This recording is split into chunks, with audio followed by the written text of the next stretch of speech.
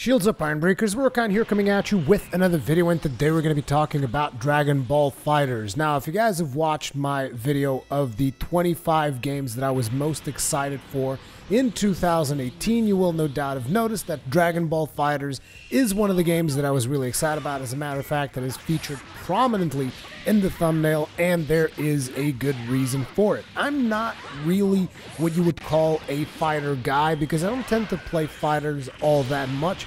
But having said that, I did get to play Dragon Ball FighterZ at Gamescom with Globku, who is someone that is much more into fighters than I am, and my time with the game actually made me want to play it more. And luckily enough, Bandai Namco sent me a code earlier today so that I could give it a look, tell you guys my opinions on it, and I've already streamed I think about 4 hours of it, which I will be uploading to the gameplay channel. If you guys haven't seen it on Twitch yet, you can go watch it there, or in a couple of hours I will be uploading that onto the gameplay channel so that you guys can see it there as well.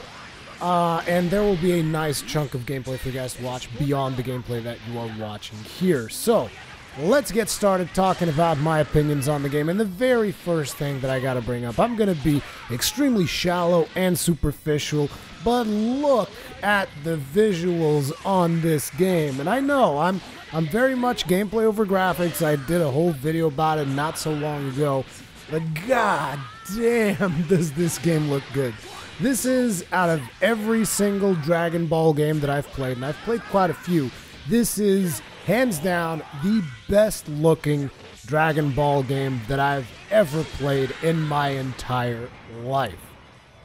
Now you guys can see that the fighting takes place on a 2D plane with occasional 3D animations, but just the amount of detail on the characters themselves, the amount of detail on whenever they do super special that does the whole 3D thing, and just how visually loyal these characters are. I don't know if loyal is the right word, to the source material is fantastic. I mean, you're watching a fight, and it's almost like you're watching an episode of the anime, only in a lot of occasions actually better animated than certain episodes of the series itself, at least in my personal opinion, which you are free to disagree with if you want to. Now, beyond just the visuals, the audio itself is also really, really good. Like, every single sound in this game almost brings me back some childhood memories, because I used to watch this when I was way younger, when this was actually airing in Portugal. It was dubbed. The dub was terrible, but I still loved watching the series back in the day, and just like, this game just really takes me back. The other thing is the music. The music is also really good. It is not exactly what I would expect. I mean, in a way, the series itself, I was never really a huge fan of the music. I mean, sure, you had the da-da-dun-dun, da-da-dun-dun, da-da-dun-dun, you know, you had some of those, but usually I was like, music is whatever. But in here, this is all new music. At least I think it's all new music, and it's really, really good. I like it. So, visuals great, audio great, music great. Now let's talk about the meat and potatoes. Let's talk about that gameplay, shall we? Because I know that's what you guys want to know about. You guys really want to know, how does it feel to actually play the game itself? Now, before we start, I want to talk about what kind of gameplay you can expect on this particular fighter. So this is a 3v3 tag team style game, which I think the closest thing you guys might recognize this from is probably Marvel vs. Capcom. That's the same type of systems that you would get there. And in this 3v3 tag style, characters can assist or tag in. That means you can call a character up to do a special, or you can tag in a different character, and that character will replace the character that you have that you had on the fight, and the character that you have on the fight then goes to the bench and starts recovering health. So there's obviously the aspect of managing your character's health, and being able to successfully juggle between the characters is going to be very key on your success in each fight. The other cool thing that they can do is that you can have these characters perform specials together. As a matter of fact, there are certain kind of specials that I don't even know how to do. I only know how to do some of the basic stuff because, like I said at the start of this video, I'm not big into fighters. So I tend to stay around the middling level when it comes to this kind of stuff, but I do really enjoy it when you can perform the specials together, and it's not particularly hard. You just need to fill up the power gauge enough, and then basically as you are casting like a level 1 special, you can just press the button to swap characters, and the other character will join in. As a matter of fact, you can then, if you have enough gauge, you can then tab in the other character. So you have the 3 characters, and you can press the buttons to switch between both characters, and both of them will, the other 2 characters will show up, and making it like a 3-character special, which is really, really cool. Now, on top of all this stuff, the fighting itself feels really good, and this is one of those games that has the fighting system that I like because it supports the casuals, the scrubs like me, because basically this is one of those games that has a combat system that is very easy to get into. It is, however, extremely hard to really master the system because you will have to memorize all the different combos and all the crazy stuff that you can do with a lot of the characters, as opposed to, you know, just knowing the very basic. If you really, really want to get good, like if you want to be a top-tier player, the game will allow you to get to that level, and there's a lot of support in helping you get there through some of the tutorials that the game has and that kind of stuff, while at the same time, it is a game that is easily accessible for someone that just wants to play a good Dragon Ball fighting game and just enjoy themselves without having to get too deep into mechanics. Because the way it works is most of the characters, not most of the characters, I mean all of the characters, like specials and tier 3 specials, it's all pretty much the same combination of buttons, and all of the characters kind of do like similar things. So you got your fast attacks, your heavy attacks, then you have your throw attacks, and you have your key blasts, which are square, triangle, circle, and X, respectively, as I've been saying those. And basically, every character obeys like the laws of that. So once you know the basics of how to fight, say for instance in the tutorials you learn how to fight as Goku, you can pretty much pick up any character and be somewhat decent at playing them. I mean, you're not going to be amazing because you're not going to know exactly the moveset and all that and the other, but each character will then have its own different movesets which will work in different ways. But once you know the basics, you have a basic understanding of how each character works, instead of like in other games, like for instance Tekken 7, where you would have to really figure out how a specific character works, and then you're like, okay, now I know how to play this character. And then if you wanted to swap to a different character, it's a completely different ball game. In this game, you can swap between characters at will, and they all kind of behave in a similar way. But like I said, this is all at the entry level, because if you really want to get, you know, to that top tier, you're going to have to go to the training sections. You're going to have to learn the actual very specific combos that each of the character has and how to chain them together and doing all of that stuff. So there is...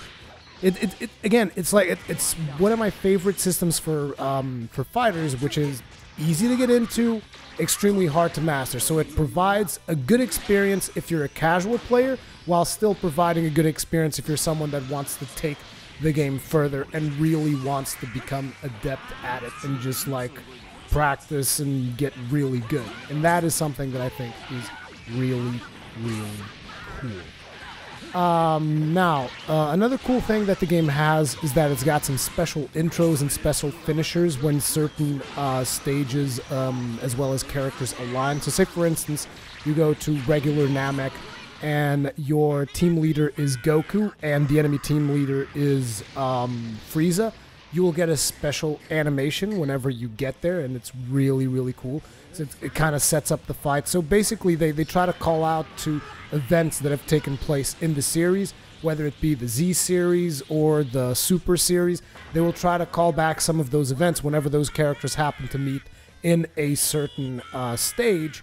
And by doing that, they give you these really cool animations where of how the fight starts. And the other cool thing is that on certain stages, you will also be able to perform special finishing moves. So there's this thing which is a destructive finish, where you can basically, when you're about to beat a character, if you finish him with the throwing attack, which is circle, you will be able to sometimes trigger something special. Like for instance, you can trigger the animation of Trunks chopping up Frieza into little bits. You can trigger the animation of Goku destroying Frieza as well. And there's plenty of more. I want to let you guys like explore and discover all of those for yourselves. But there's some really cool cinematic moments in there when those types of things happen. Now, there's also multiple modes that you will have access to whenever you get the game, if you do end up getting the game. Not all those modes are accessible yet, though, because there's currently no multiplayer. Multiplayer will apparently launch, I'm assuming, in Friday, so I have an early copy for review purposes and stuff, but I didn't get to play multiplayer, although, to be completely honest, multiplayer is not really something that I'm going to delve that much into, because, like I said, I'm not a fighter guy. But there is plenty of content in single player to keep you guys entertained for quite some time. There's also local multiplayer where you can just like couch beat up each other. There's also, I believe, a mode that hasn't been unlocked yet. I was talking to Globku earlier today because he's been covering this game much more than me. And he was talking to me about that mode where there's a mode where you'll be able to have 3 players actually control each of the 3 characters that you have. Like I said, this is 3v3 tag team style, so you'd be able to have 3 players control your whole team, so whenever you would swap characters, another player would come in. And that actually seems like a really interesting mode as well, but it's not available as of yet. Another mode that I've actually played quite a bit is arcade mode. I thought that was pretty cool, and it provided quite a bit of challenge once I got into hard mode, because like I started in normal mode and I was like, oh, this is doable. Then I went into hard mode and I was like, oh god, this is very, very different.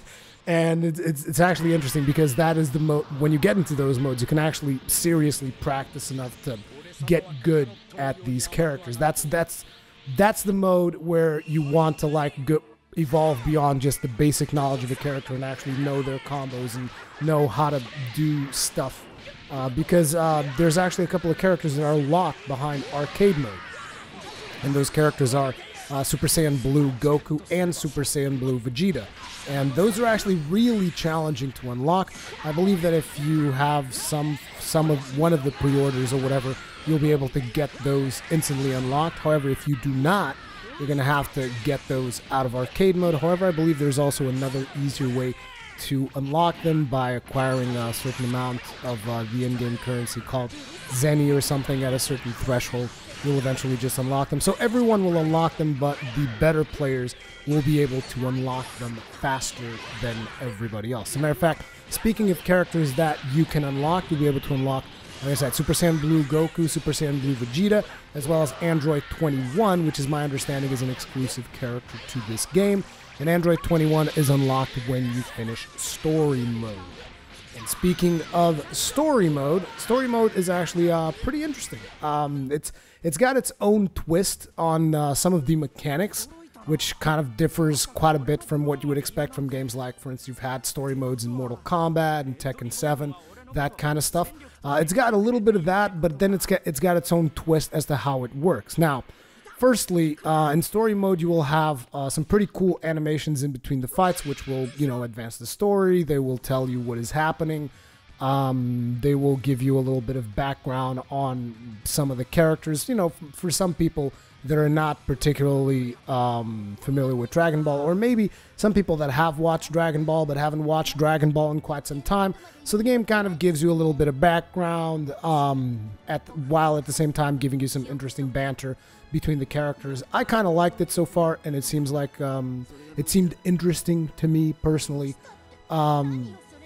And on top of that, the story mode also gives you a justification. I'm not going to go into story spoilers, so don't worry about that. I'm not going to spoil the story at all for you, and I'm not going to get into great details about the story. But I do want to tell you that there is a justification as to why the weaker characters are relevant, because some people are probably going to be wondering, dude, why the fuck is Goku Super Saiyan 2 or whatever fighting a goddamn Yamcha? Like, what the hell is Yamcha gonna do? Die? There's an actual justification in story to why things happen the way they happen. And it's like some people are gonna be okay with it, and I think some people are not gonna be okay with it, but ultimately they had to come up with something that would make sense that Krillin is able to hold his own in a fight against, like, Goku Super Saiyan Rose or something, So there you go. There is a story justification for that. Now, I talked to Globku specifically about the story because he played a lot more of the story than I have. He said the story will run you for about 15 hours, which is quite a decent amount of time, in my opinion. And he also mentioned that the last 2 arcs, because the story is divided into 3 arcs, he told me the last 2 arcs are much more interesting than the first story arc. He also said that there's a little bit of padding in there, but there are also some really, really cool scenes that people will want to enjoy if they like the whole Dragon Ball characters and stuff like that. Now, another cool thing about the story mode is that it's got, like I said, it's got its own twist, and its twist is that it's got this tabletop minigame aspect to it, which is every chapter of an arc, you will have this this tabletop thing that's got like it's like an overworld map, and you will have all of these events that you can go to, but you have a limited amount of turns to get to all of these places. So basically you have to choose a path, a critical path that will take you to the events that you want to participate in, and then you have to make sure that by the time you're out of turns, you will be at the final boss for that arc so that you can finish the fight. So far for all the chapters that I've done, I've always been able to do every single event, but what happens is as you do certain events, all of the other events have a chance of like leveling up and the enemies becoming tougher and stuff like that. But to be completely honest, it's like the story mode is super easy. I haven't really seen like a difficulty setting for story mode. I don't know if maybe once you finish it, maybe it will unlock a hard mode like it does for arcade. I don't know if that is the case or not. But like having played through portions of arcade on hard mode, story mode was just like a complete breeze. Like I would just destroy anything. Like at one point I had, I think, my Goku was level 2, because there's leveling up in story mode. As far as I can tell, it only really increases your hit points. There's some RPG-light elements to story mode. But so I had like a level 2 Goku, a level 2 Krillin, and a level 2 Tien. And basically it was like, oh, there's a level 13 Majin Kid Buu here or something. You know, he's going to be really tough, but if you defeat him, you'll gain a lot of experience. And I was like, so my character's a level 2, he's level 13. I went in there and I just wailed on him, just perfected him, because like I said, story mode, super easy. The only thing he had was, he had a little bit more hit points than everything else that I had been fighting, but it's like, if something just has a ton of hit points but is not a big threat, it doesn't really matter all that much. So it does have RPG-like elements, like there's also certain skills that you can get, like you'll be able to leech life off of your enemies, you'll be able to deal more damage, you'll be able to improve your defenses, you'll be able to gain bonus health whenever you finish a fight, because your character's health does not fully recover in between fights in this tabletop mode thing. But it is a cool thing because it gives you an extra layer on the story mode itself, and to me that's something that I personally enjoyed. I thought it was cool, but ultimately, like I said, it feels pretty easy, and Globku has also told me that the story throughout is very much easy all the way. But ultimately, it just means that there is still a lot of content for you guys to fool around before you even have to worry about multiplayer. I mean, you have arcade mode, you have the story mode, you still have the free battles that you can do in local mode if you want to go and try and trigger all of the different dramatic intros and dramatic finishes that I spoke of earlier. And then there will still be like the tournaments in the online mode when you eventually get to multiplayer. But the arcade itself also has a ton of content. It's got like 3 different paths, and then it's got hard modes for those paths, and it's always like different teams that you'll be fighting against. It's actually, I really liked arcade mode. I liked story mode and I liked arcade mode, and I thought that there's a decent amount of content there, which is something that I don't always expect out of a fighting game, since a lot of fighting games do try to focus a lot on the multiplayer stuff. I might even dabble a little bit in multiplayer on this one, because I'm actually really enjoying it, which I was expecting to like it. Wasn't expecting to like it this much. So there's still a lot of stuff that I want to do on there.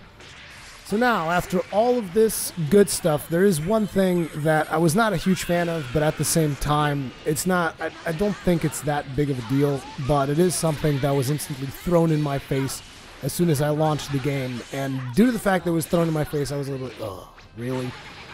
which is the unlocks. So you can unlock a bunch of stuff in the game. Like I said, you can unlock 3 characters. I believe that eventually there will be DLC for 8 additional characters. I'm pretty sure you'll have to buy that season pass or something.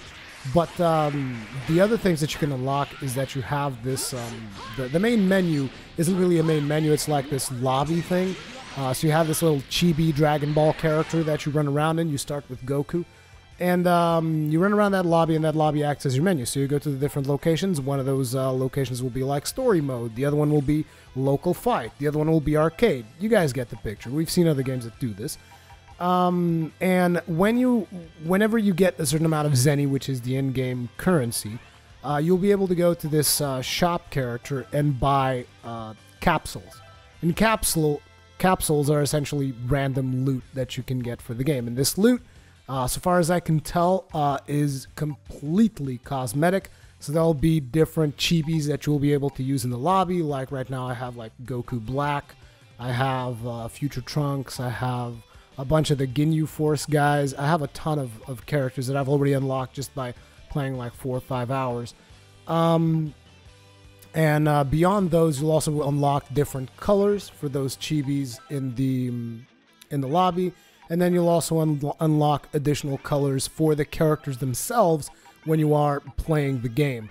However, each character already comes with 6 different color variations. So it's not like you don't have a bunch of variations already in the colors, but there will be additional variations for every character that you can get through the use of this. There's also stuff for like your nameplate, because you get a nameplate to represent you online and stuff. There's a bunch of customization, there's titles, there's all these things, but it is very much in a loot box style where basically you get a bunch of money, you go, you buy your little 10 capsules, and they give you a bunch of cosmetic things for your characters and stuff. The main reason why it upset me is because basically I got into the game and the game was like, oh, you just got here, great, let me tell you about this thing that we have with the loot boxes, and I was like, oh, that's how you're gonna start? That's a bad start. But then I started actually playing the game, and I've enjoyed it quite a bit. Now, whether or not you should play this game depends on whether or not you like fighting games. Also, if you like games like Guilty Gear, because this is developed by Arc Systems. So most likely if you enjoyed Guilty Gear, you will enjoy this. If you are a Dragon Ball fan, even if you are not that into fighting games, and you are a Dragon Ball fan, I mean, if you have the basic understanding of like playing Ryu in Street Fighter, you will most likely be able to play this game just fine. At least enough to enjoy yourself, unless you're wanting to go all the way into top tier with the game, then it's up to you. But I'm just saying that just to enjoy the game without mastering it, there's quite a bit of single player content to it, and it is enough that I would say, look, if you're just a Dragon Ball fan but you don't like fighting games, you might still enjoy this, you know. And the gameplay should show you quite a bit about whether or not you're going to enjoy this type of gameplay. But anyway, that is my opinion on it. Personally, I'm having a lot of fun with it. Whether or not you're going to enjoy it is going to be completely up to you. Let me know what you think about the game in the comment section below. Thank you very much for watching, and I will see you guys in the next one.